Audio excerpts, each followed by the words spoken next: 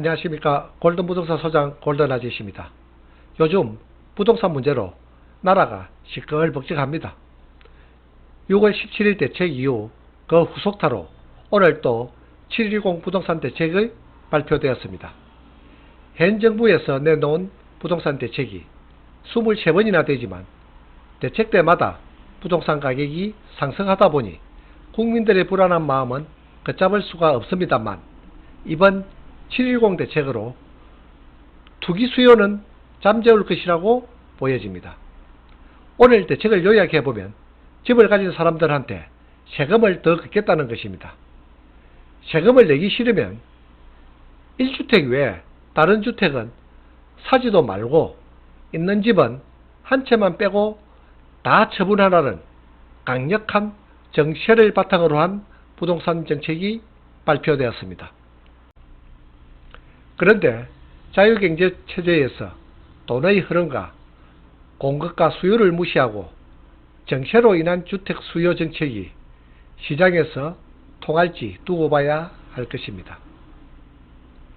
무주택 서민과 신혼부부에 대한 대책은 환영할 만합니다만 정부의 지나친 개입이 잘못 전달된다면 시장을 왜곡하기 때문에 시장 경제에 엄청난 후유증이 생길 때 또 다른 문제가 발생할 수 있기 때문입니다. 부동산 정책을 세금으로 조정하다 보니 부동산 세법은 누더기가 되고 세무사들도 헷갈리는 양도소득세법 때문에 양도소득세 신고 의뢰를 받지 말아야 한다는 이야기까지 나오고 있습니다. 대책 때마다 바뀌는 세법과 부동산법 때문에 일선에서 중개를 하는 부동산 소장들도 정확한 답변을 하기 위하여는 그때마다 답변에 어려움이 없지는 않습니다.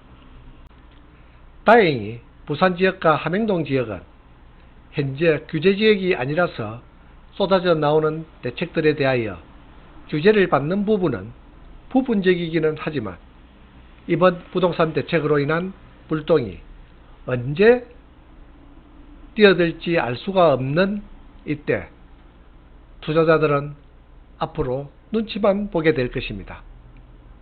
이번에 인상된 종부세, 양도소득세, 그리고 취득세율 인상을 본다면 이제는 거주주택을 빼고는 한 채도 사지 말라는 메시지로 받아들일 수밖에 없습니다.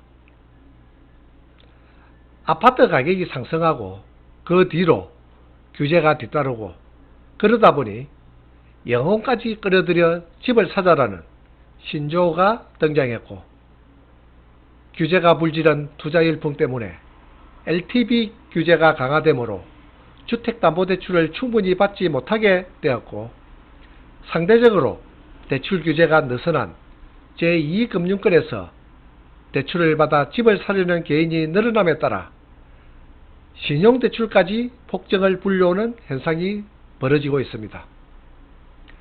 금융권에서는 이 같은 대출 대란이 향후 전 금융권의 피해로 돌아올 수 있다는 우려도 나오고 있는 중입니다. 코로나19가 장기화하면 부실 규모는 더 커질 가능성이 높다는 게 업계의 우려입니다. 지금부터는 6월 17일 대책으로 나온 투기지역과 투기가열지구에서 전세자금 대출 부분도 눈여겨봐야 할 대목입니다. 아파트 구입 및 전세대출 신청이 10일 이후에 이루어진 경우 3억이 넘는 아파트를 산다면 신규로 전세대출을 받을 수 없고 미리 받아놓은 전세대출도 바로 회수한다고 합니다. 전세대출 한도도 9억 원에서 3억 원으로 줄어들게 되었습니다. 그러나 미리 받아 이용 중인 전세대출금은 회수는 하지 않지만 연장은 되지 않습니다.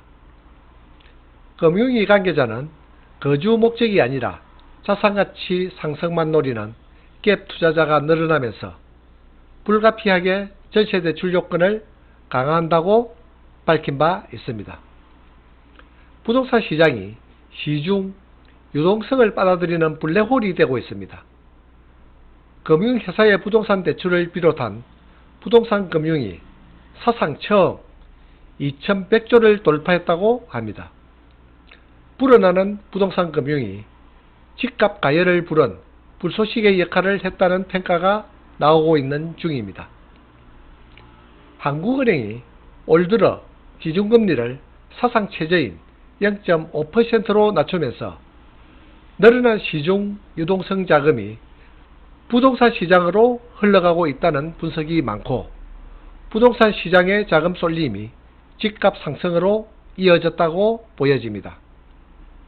그런 관계로 이번 7.10 대책은 더욱 강력한 규제 정책으로 발표되었다고 봐야 하겠습니다.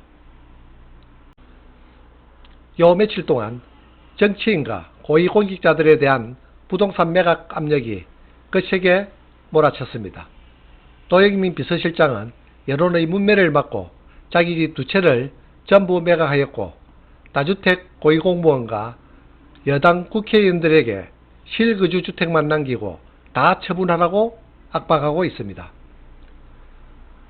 상징적인 정치쇼라고 볼 수밖에 없다고 느끼지 않을 수 없습니다. 물론 고위공직에 있는 분들은 도덕적으로 국민의 모범이 되어야 하겠지만, 사정에 따라 투기가 아닌 투자 목적의 아파트를 구입하기도 하였던 것입니다. 그런데 정부와 여당이 사회적 공분을 의식해서 다주택 고위공직자들의 매각을 강요하는 여론몰이로 정책 실패의 본질을 감추고 세금 폭탄 같은 더욱 무리한 대책을 쏟아내고 있는 것이 염려스럽습니다. 보유기간 1년 미만인 주택에 대하여 80%의 양도세를 적용해 가뜩이나 심각한 매물 잠김 현상을 더 부추기는 입법안이 발의될 것으로 보여집니다. 세금과 대출 규제로서 부동산 투기를 잡겠다고 칼을 뺀 정부는 공무원까지 끌어들여 전쟁을 선포했습니다. 부동산 정책도 경제의 순리에 따라 정부 개입이 있어야 하거늘 막무가내로 들이대는 정책을 보고 참 한심한 생각이 들지 않을 수 없습니다. 2017년 그렇게 장려하던 주택임대사업자 정책은 이제 폐기 수준으로 들어갔고, 항상 강조하지만 과도한 정부 개입은 언제나 후유증이 따르고 또 위기를 초래할 수도 있을 것입니다. 현재 코로나19로 인하여 산업 생산성과 수출은 회복할 기미가 없는 우리나라에서 부동산 경기와 건설 경기를 활성화시켜 정책적으로 도심지를 고밀도로 개발하고 재개발과 재건축에 대한 청수 규제 완화 및 용적률 상향 등 주택 공급을 확대하는 정책만이 주택가격의 안정화로 가는 길일 것입니다. 이번 7.10 대책을 요약해보면 종부세, 양도소득세, 취득세율을 대폭 인상하였고, 법인 투자자의 진입을 원천적으로 막았으며 주택임대사업자 등록을 유명무실하게 하였습니다. 그러나 생애 최초 구입자와 무주택 서민, 신혼부부의 주택 구입에 대한 혜택을 더한 것은 바람직한 정책이라고 생각됩니다. 이렇게 강력한 부동산 규제 정책이 나온다면 어디든 편한 지역은 없을 것입니다. 이러한 상황이 계속된다면 수도권은 공급을 늘린다고 하지만 지방의 공급은 줄어들 것이고, 그러다 보면 차후는 또다시 주택 대란으로 아파트 가격 상승으로 이어질 것이 상식적인 일입니다. 아파트 밀집지역으로 자리한 함행동 아파트 단지에 앞으로 아파트 투자자는 움직이지 않을 것이라고 생각됩니다.